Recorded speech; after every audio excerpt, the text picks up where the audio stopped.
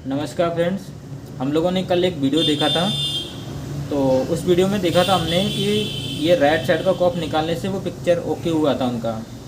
तो हमारे दिमाग में एक आइडिया आता है कि अगर हम राइट साइड का गेट कॉप निकाल रहे हैं तो पिक्चर कैसे बन रहा है, क्योंकि जो उनकी हॉरिजेंटल स्कैनिंग है वो गेट कॉप से ही होती है।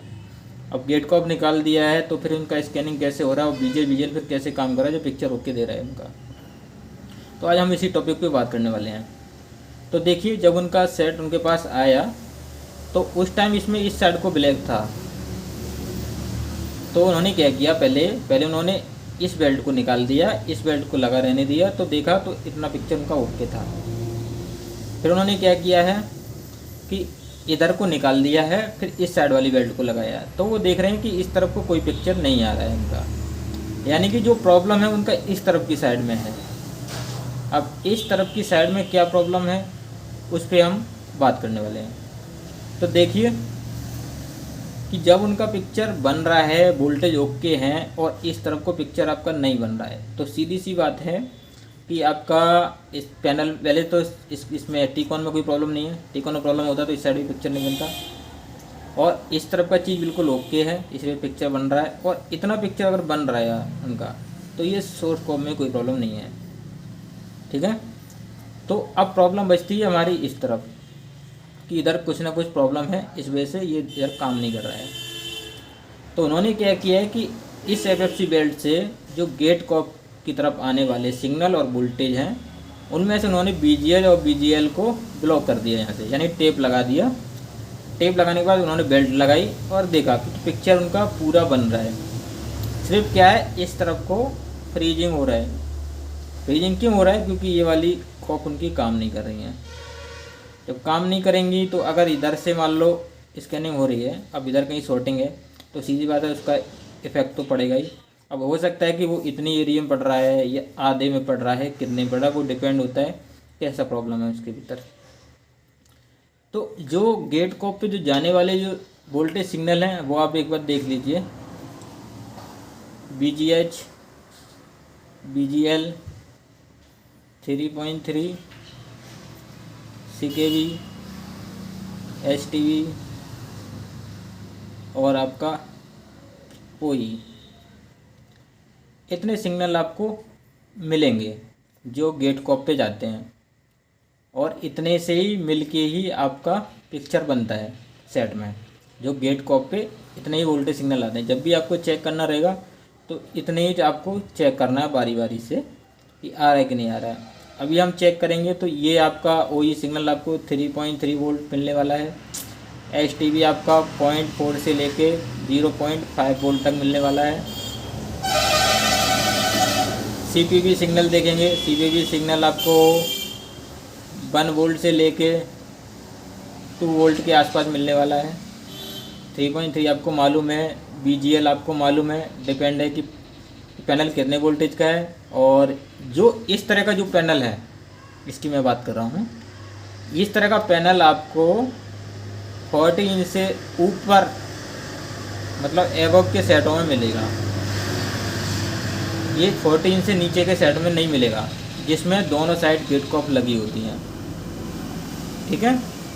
तो अगर ये 40 इंच के ऊपर पैनल मिलेगा तो सिंपल सी बात है 12 वोल्ट का पैनल होगा। अब 12 वोल्ट के हिसाब से आपका जो BGL है वो कम से कम मान लो 6 वोल्ट से लेके आपका -11 वोल्ट होना चाहिए।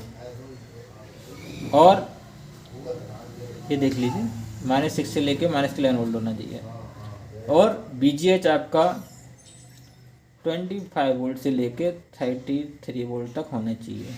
इसके बीच में ये सप्लाई होनी चाहिए। कहाँ होनी चाहिए?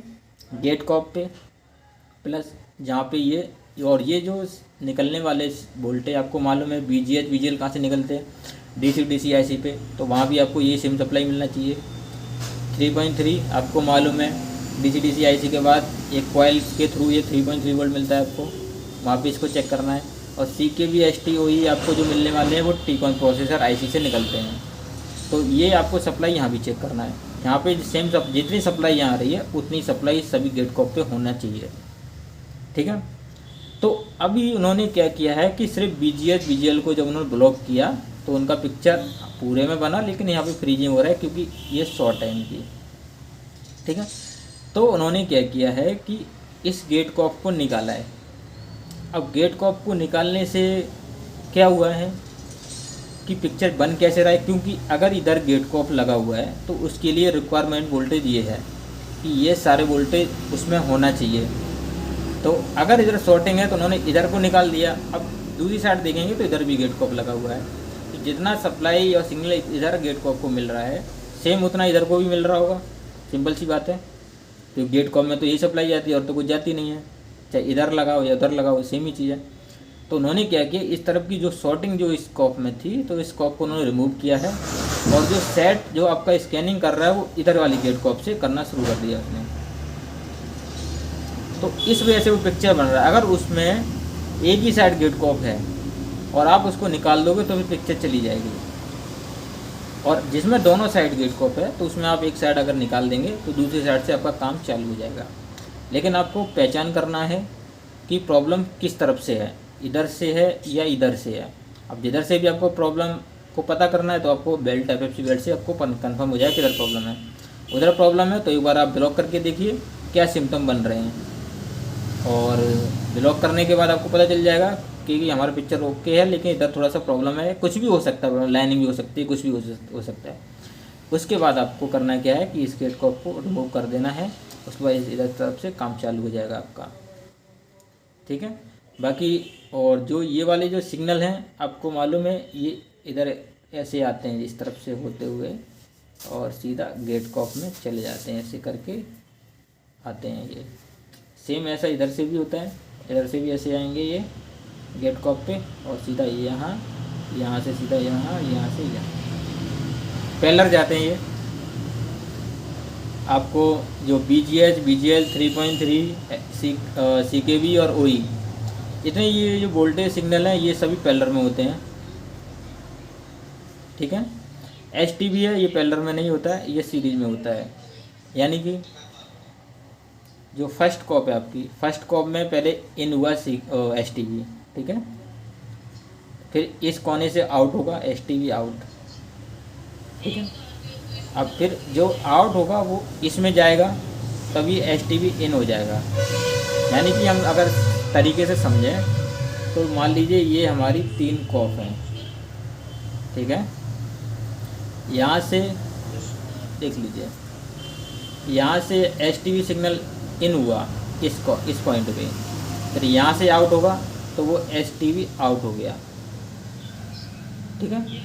अब वो जहाँ पे इन हो गया तो यहाँ पे फिर से वो STB हो गया, यहाँ से जब आउट होगा। लेकिन ये जब भी अगर कोई ट्रैक ब्रेक होता है तो जैसे मान लो STB यहाँ से ब्रेक हो गया, ये वाला ट्रैक यहाँ से कट गया, तो अगर आपको बाईपास करना है तो आप डायरेक्ट यहाँ से यहाँ नहीं ले सकते। आपको करना क्या है कि इस कॉप के जो आउट पॉइंट है, आउट पॉइंट से ही इसके इन पॉइंट को देना पड़ेगा आपको, तभी पिक्चर आएगा आपका। अगर आपने सीधा यहाँ से दे दिया तो आपकी जो इस एरिया में जो पिक्चर बन रही थी सेम पिक्चर आपके इस एरिया में आ जाएगी, डबल हो जाएगी। जैसे इधर सिर आ रहा है फ़ोटो में तो इधर भी सिर आने लगेगा, उसका पैर नहीं आएगा क्योंकि आपने इधर से लिया है। तो ये स्कैनिंग करके बनाता है वोल्टेज। और इसी तरह STB इन, फिर यहाँ से आउट होगा वो STB आउट होता है। और इधर अगर मिसिंग होगा तो आपको यहाँ से ही लेना पड़ेगा, ना कि स्केलर से लेना है। और बाकी ये सारे वोल्टेज अगर आपका मिसिंग होता है STB को छोड़ के, अगर कोई भी वोल्टेज अगर सिग्नल मिस होता है तो आप डायरेक्ट स्केलर से ले सकते हो कि ये सारे पैरेलल में होते हैं STB को छोड़ के। और STB का तरीका हमने आपको बता ही दिया है कि यहाँ से इन होगा, यहाँ से आउट, इसमें इन, फिर यहाँ से आउट, फिर इसमें इन, फिर यहाँ से आउट। या आगे जो भी कॉप लगी है तो जाएगा, नहीं तो फिर यहीं पे रुक जाएगा। और कहीं से भी मिसिंग है तो जो जिस कॉप से मिसिंग है, जैसे मतलब थर्ड वाले से मिस है तो सेकंड वाले के STB आउट से ही आपको लगाना है, ना कि फर्स्ट वाले के STB आउट से लगा दो, तो फिर हमने बताया डबल पिक्चर हो जाएगा। तो ये तरीका आपको ध्यान रखना है, ठीक है। तो ये तरीका था इस पैनल को रिपेयर करने का, वो मैंने आपको बता दिया है कि ये हटाने के बाद पिक्चर कैसे चल रहा है, इस तरफ की कॉप से स्कैनिंग होकर चल रहा है, ठीक है। और अगर ये इसको नहीं हटाओगे तो स्कैनिंग तो होगा, लेकिन यहाँ शॉर्टिंग की वजह से पिक्चर में डिस्टर्बेंस आपको नज़र आने वाला है। तो ये जब हटता है यानी शॉर्टिंग हट गई तो पूरा स्कैनिंग सही से होने लगता है, ठीक है। नमस्कार, थैंक यू।